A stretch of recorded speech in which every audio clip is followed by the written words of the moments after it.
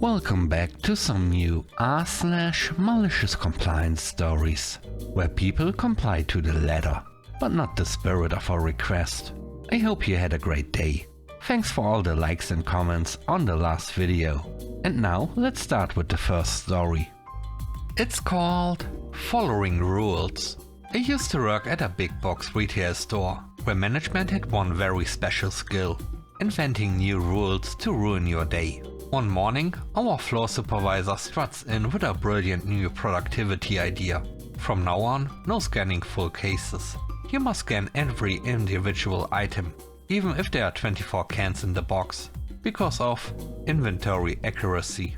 I politely pointed out the system already tracks cases just fine, and this would slow us down. He cut me off. Don't care. One at a time. That's an order. Alright, you got it, boss. That day was pretty quiet. Not too many duplicates. No big deal. But my next shift, I get a whole pallet of canned corn. 96 cans. 4 giant cases. I crack them open. Scan. One by one. Gently place each can on the shelf like I'm handling Fabergé eggs. Takes me 40 minutes to do what usually takes 10. And I don't stop there. Every similar product scanned. Individually. Lovingly. By lunch, the backroom's chaos. Carts are backed up. Shelves are empty. Staff are being pulled from other departments just to help us catch up. Supervisor sees the mess and snaps. Why is this taking so long? I look him dead in the eyes and say, just following your order, one at a time. He tries to backpedal. Maybe we can be flexible. So I ask, would you like that in writing? That I'm going to ignore your direct instruction? He drops it. Next day, rules gone. Back to scanning cases like normal. Sometimes you don't need to break the rules. You just need to follow them to the letter. The next story is called Spill Sheet. I learned to bartend at 19 in a cozy little corner pub. Worked there on and off for years. Quit to travel, came back, always got rehired. The manager was an amazing mentor. The owner was barely around. I saw him twice, sprinting to the basement to count cash like Gollum with a calculator. Then one day, this absentee landlord makes 2 changes. Installs security cameras so he can spy on us from home. Implements a spill sheet to track every wasted drop of booze. He calls us to review the expectations. Record the date, product, amount and reason for every spill. Most of the staff just ignore it, but not me. I comply. To the letter. A 3rd pint of beer lost to foam, locked. A 1/4 shot of whiskey that sloshed mid-pour, locked. 3 drops of wine when the bottle burped, locked. Every single drip. I filled pages with glorious, ultra-detailed spill reports. It was art. Eventually he calls again. You only need to track full drinks or big spills. So not every drop matters after all. Sometimes malicious compliance isn't about rebellion. It's about paperwork. Excessive, annoying, perfectly accurate paperwork. The 3rd story is called On the House. My first job at 18 was at an ice cream shop where they made everything in-house. Super trendy at the time.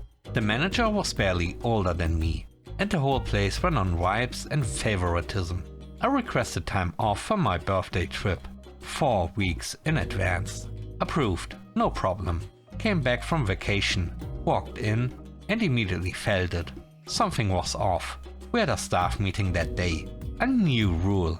Even if your time off is approved, you still need to cover your shifts. That sounds suspiciously targeted, especially since the manager makes schedules 1 week in advance, and I gave 4 weeks notice. He had plenty of time.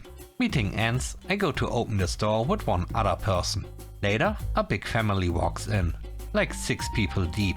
I'm in the middle of taking their order, when my manager pokes his head out from the back and gives me the "come here" finger. I excuse myself, head to the back, thinking maybe we are out of cookie dough or something. But no, he fires me, right then and there. You didn't get your shifts covered, he said. Even though he approved the time off and scheduled me anyway. His mistake. But I'm the one getting canned.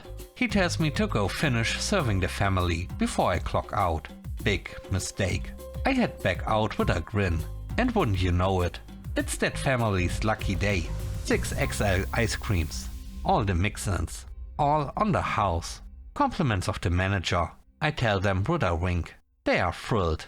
Tip me generously. I clock out, leave, and never look back. I could have made a bigger deal about it. But honestly, that face he made when I handed out $70 worth of free ice cream with his name on it was absolutely worth it. The last story is called Boss Larry. Years ago I was a temp in HR at a major newspaper. They just absorbed assets from another paper that went under. It was a tough time. People lining up, desperate for jobs. My role was to collect resumes, hand out job resource info, point folks toward benefits. I got there early every day, because the bus either got me there way too early or way too late. I choose early.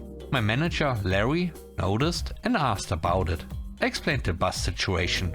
Larry was a total legend. He adjusted my schedule so I could come in early and leave early. It was perfect. Quiet mornings, super productive. They even extended my contract from 6 weeks to 6 months, planning to bring me on full time. Then enters Jack, Larry's higher up. Mr. No Special Treatment. He told Larry no exceptions. I had to follow the standard schedule or be replaced. Larry broke the news gently and asked if I could arrange a different ride. I tried, couldn't. So we agreed. I'd keep coming in early, but I wouldn't clock in until my official time. And I'd stay late, even though that meant sitting around for a bus afterward. Not great, but fine. Day 1 of this new deal, Jack storms over. I need these copies made, in triplicate. Before I could say a word, Larry cuts in. She's not on the clock for 20 more minutes. She'll handle it after. Jack snaps back. She's here. She's working. Larry, calm as ever. No, you said no schedule modifications. So she's not working yet. Jack was livid. Dragged Larry into the office. Shouting, arguing. I just kept reading my book. Minutes later, Larry calls me in. Effective immediately, you are back on your early schedule. I smiled, clocked in, made the copies and crushed my day, before most people even showed up. Larry eventually took Jack's job.